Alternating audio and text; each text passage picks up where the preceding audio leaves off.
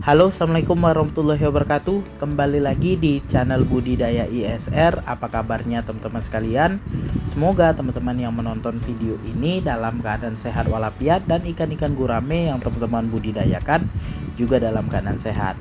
Baik teman-teman, di video kali ini saya ingin membahas tentang bagaimana budidaya ikan gurame skala rumahan dengan kolam yang tidak besar, jumlah tebar tidak banyak, itu bisa dapat untung. Jadi pertanyaan seperti ini ya, sudah sering saya lihat di kolom komentar.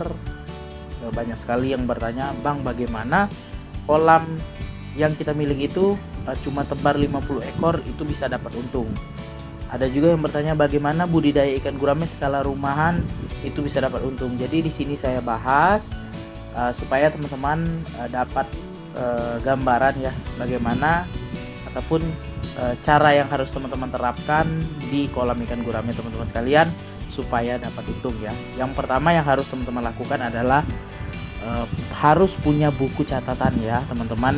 Boleh pakai buku tulis atau buku agenda, itu punya catatan modal yang kita keluarkan untuk budidaya ikan gurame. Mulai dari kolam, misalnya teman-teman pakai kolam beton, hitunglah ya. Kalau misalnya teman-teman ribet, kalau masalah kolam itu ribet menghitungnya, misalnya semen berapa, batu berapa, hitung bulat saja. Misalnya satu kolam teman-teman habiskan dana misalnya 3 juta rupiah misalnya ya. Nah, sudah dihitung, kemudian teman-teman hitung lagi. Nah, kalau untuk proses budidayanya ya, mulai dari benih, kemudian pakan, biaya listrik, biaya lain-lainnya itu dihitung per kebutuhan ya. Misalnya benih 50 benih misalnya 250.000 misalnya teman-teman ya. Kemudian pakan pelet selama proses budidaya ikan gurame selama 1 tahun itu dihitung, mulai dari pelet yang paling kecil ya, PF 1000, kemudian naik ke 781 min 1, 781 min 2, 781 min 3, itu dihitung semua teman-teman ya. Jangan sampai tidak dihitung sama sekali, supaya teman-teman tahu nih gambaran, oh segini uang yang aku keluarkan dan seginilah hasil penjualannya. Nah itu ya. Jadi kita itu dengan catatan seperti ini teman-teman, kita makin semangat.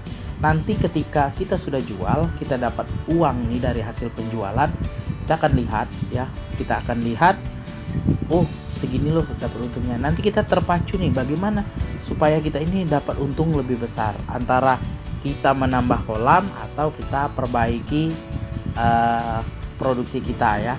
Nah, setelah itu teman-teman ya sudah tahu kan, misalnya dalam satu periode, misalnya teman-teman baru mulai nih budidaya ikan gurame, ternyata di fase pertama 1 tahun pertama itu teman-teman cuman balik modal ya, nggak masalah teman-teman. Yang penting uang yang kita keluarkan itu tidak sia-sia ya, kita balik modal. Itu tahapan awal.